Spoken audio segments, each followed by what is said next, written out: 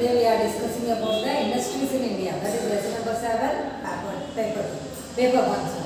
So in the paper 1, industries in India. Before that we learned about the agriculture in India. See, there are 3 economy sectors. We have 3 economy sectors.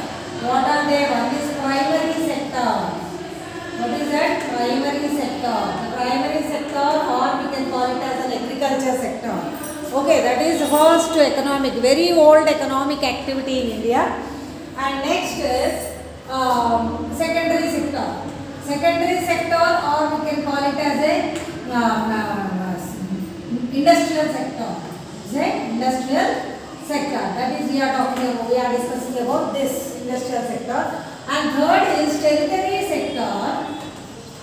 Tertiary sector, or we can call it as a service sector.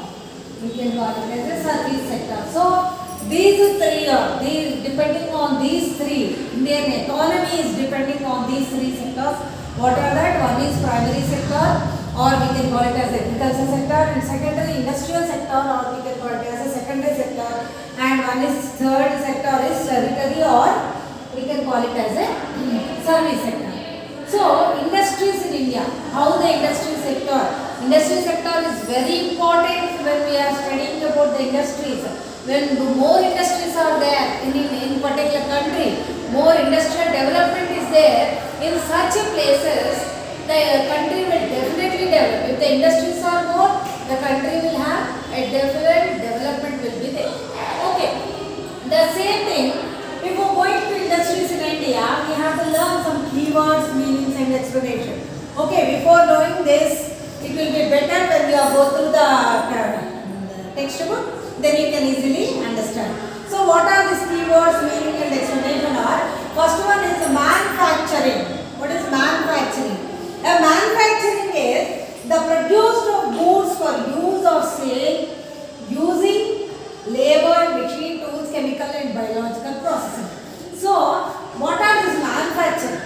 Generally, if any product, how you will get a product, how you will get a good, if a consumer good, a finished product, how it will come if you manufacture it. For example, you have some some things, some plastic items, or some soaps, or some detergents, whatever. When you are, how you release it, how it will market, how it will come to the market. So when it is manufactured process happens. What is the manufacturing process? Is the production of goods in the use of sale using labor and machine. It's in a large scale happens. For example, sugar cane industry you take. When sugar canes are by the agriculture product it comes, then after that what you will do with that sugar cane, you will make liquid. The industry people will make liquids and process. When you take that syrup and they will keep into the machines, and again it will be in the different forms of that is all comes under manufacturing. It will be with the machines and with the tools, labor, everything involved in that, and finally you will get a product. So that is called manufacturing. Next, what is colonialism? Colonialism is the establishment, exploitation, maintenance, acquisition and expansion of colonies in one territory by people from another territory. So what is colonialism? Generally, see, for example, you take Britishers or Europeans. When the Europeans, almost all they colonized all the continents except Australia. So how it happened? This colonialism. This colonialism is the people were some other continent or some other people come to another place and they were colonized. That means they were occupied. How they will occupy? If the politically they are weak, they can occupy and they can trade out, they can drain out the resources. That is called exploitation.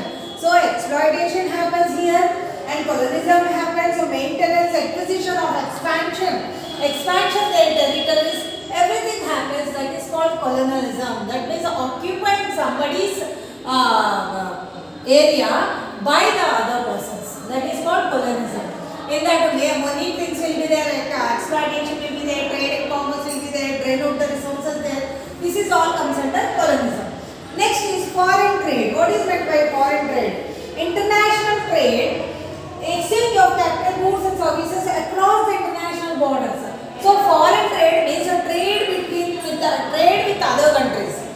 So with other countries, maybe that is foreign trade means once upon a time the foreign trade means it is only with the trading only with the other countries. But here now it is not like that. We are taking goods, we are taking services, everything.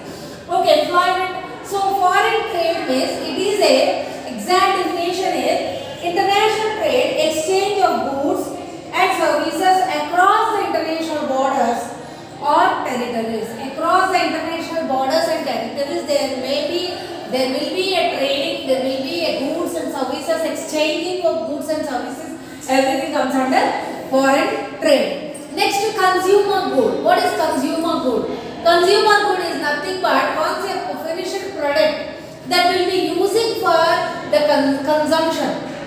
Using a good is using for consumption, then it is called a consumer good. A good means some item that good is useful for final consumption, then it is called consumer good. A lot of consumer goods are there in India, isn't it? Every day there so many things will be manufactured and that will be finally utilized by the people. So those are called those goods are consumption by the people. Those are called consumer goods. Next is infrastructure facilities. What is meant by infrastructure facilities? Building of roads and railways and all the roads and transport system and all the different ways, means of transport like waterways, airways, roadways, railways, everything. And the power supply and development of telephone lines, etc. are known as infrastructural facilities. So, in so and so particular place, the infrastructural facilities are very good. That means what? If suppose in one place, if they start up an industry or something, then what happens? If the industry was set up in a particular place, then slowly what happens? For that people will come. The labor will be migrating. And sometimes what happens? If the people are moving up there, then whatever they need colonies, they need education, they need hospitals, okay, they need transport facilities, everything will be. So markets, electricity, water, drinking water, refreshments, like entertainments like cinema halls and all. So all such things will be developed. Roads, railways, everything will be developed on a particular place. So then what they will think, that is called, yes, the infrastructure facilities are very good there. So if any industries are setting up any good place in a particular state or country, then what happens? The remaining infrastructure facilities will be developed there. Okay. Next is, the one more thing is handicrafts. What are handicrafts? See, now it is industries in India, and industrialization was rapidly happened after 19th century. That's why we have all industry goods only. That means all machine goods. But the thing is here, handicrafts. Handicrafts means they are making with the hands. They are making with only with the human power. With the human power, without any electricity and all, they will make out things which are produced with the hands or with some skills. With some skills they use with the hands only, they make some craft. Those are called handicrafts. Even handlooms also like that. The making of cloth is only with the hands, weaving, looming, weaving, everything. So this is called handlooms. Okay. Next is industrialization. What is meant by industrialization? The process by which more and more industries are established. The process which are more and more industries are established.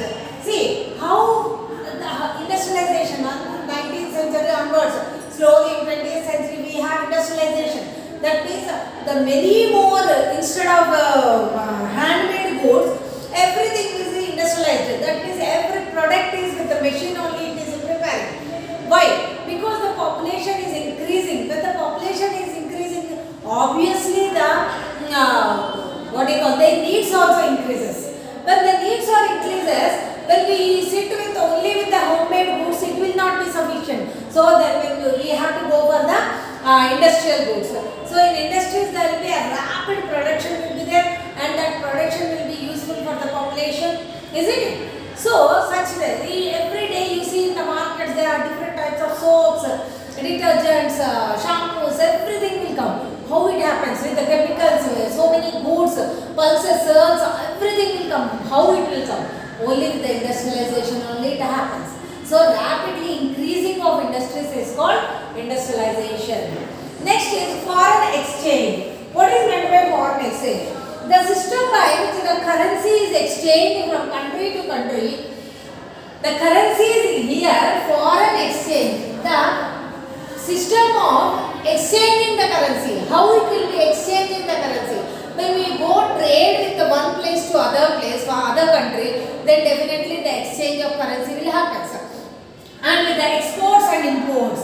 With the exports and imports also we will get exchange. Foreign exchange will get it. Isn't it? For example, we have a sufficient manufactured goods are there in India, and we have a lot of different products like iron,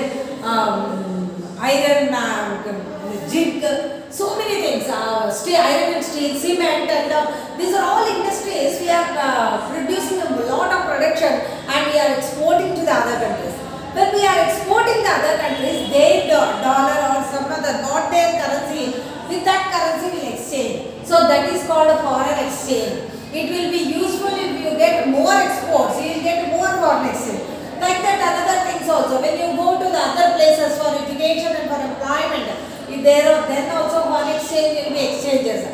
And even if you have any very good places like tourism, in India we have a lot of tourism spots are there. With the tourism also, for example, you take Taj Mahal.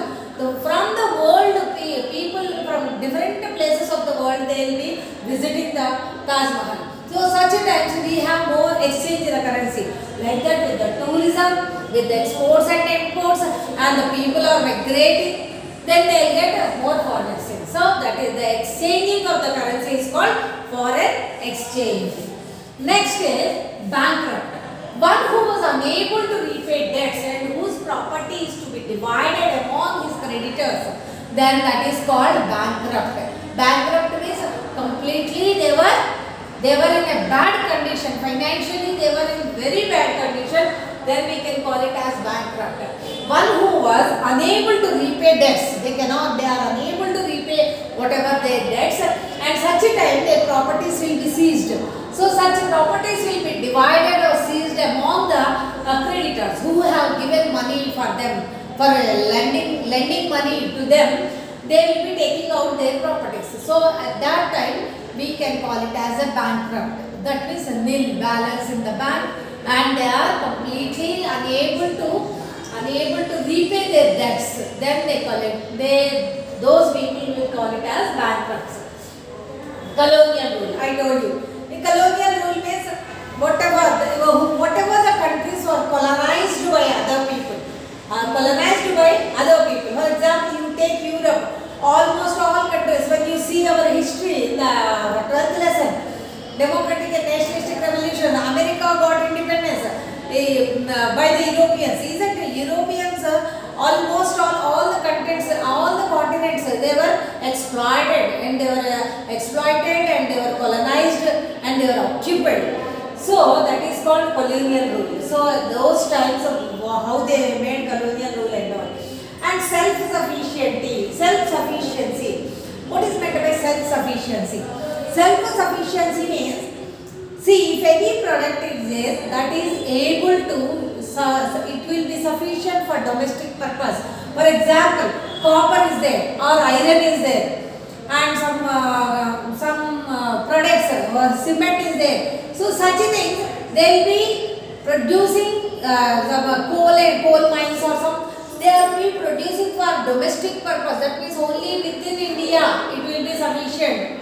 They are not able to export to the other countries. So self-sufficient. Self-sufficient means whatever we have, we can live with that. That is called self-sufficiency. Per capita consumption.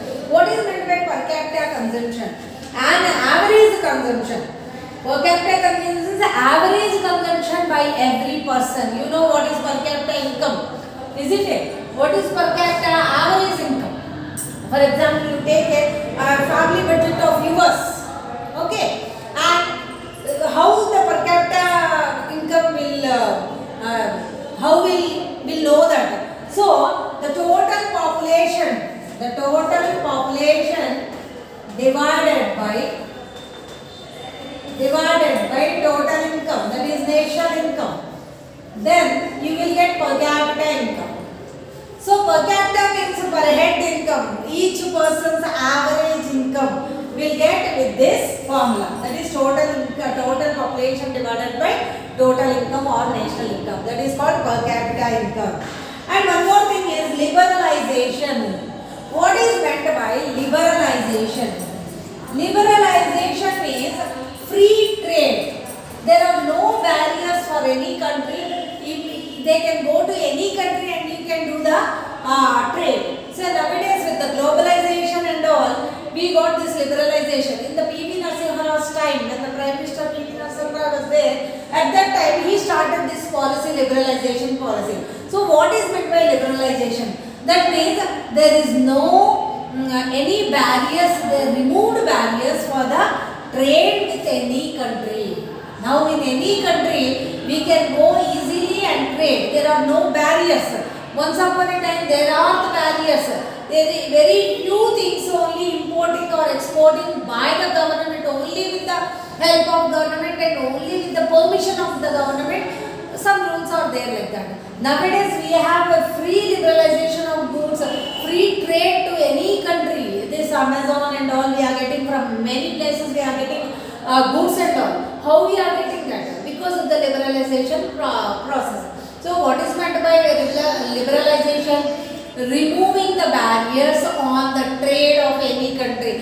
You can go to any country, you can give services and you can take services and even you can sell goods and all. So this is all a different keywords and explanation in industries in India, and after that tomorrow I will explain a flow chart for you.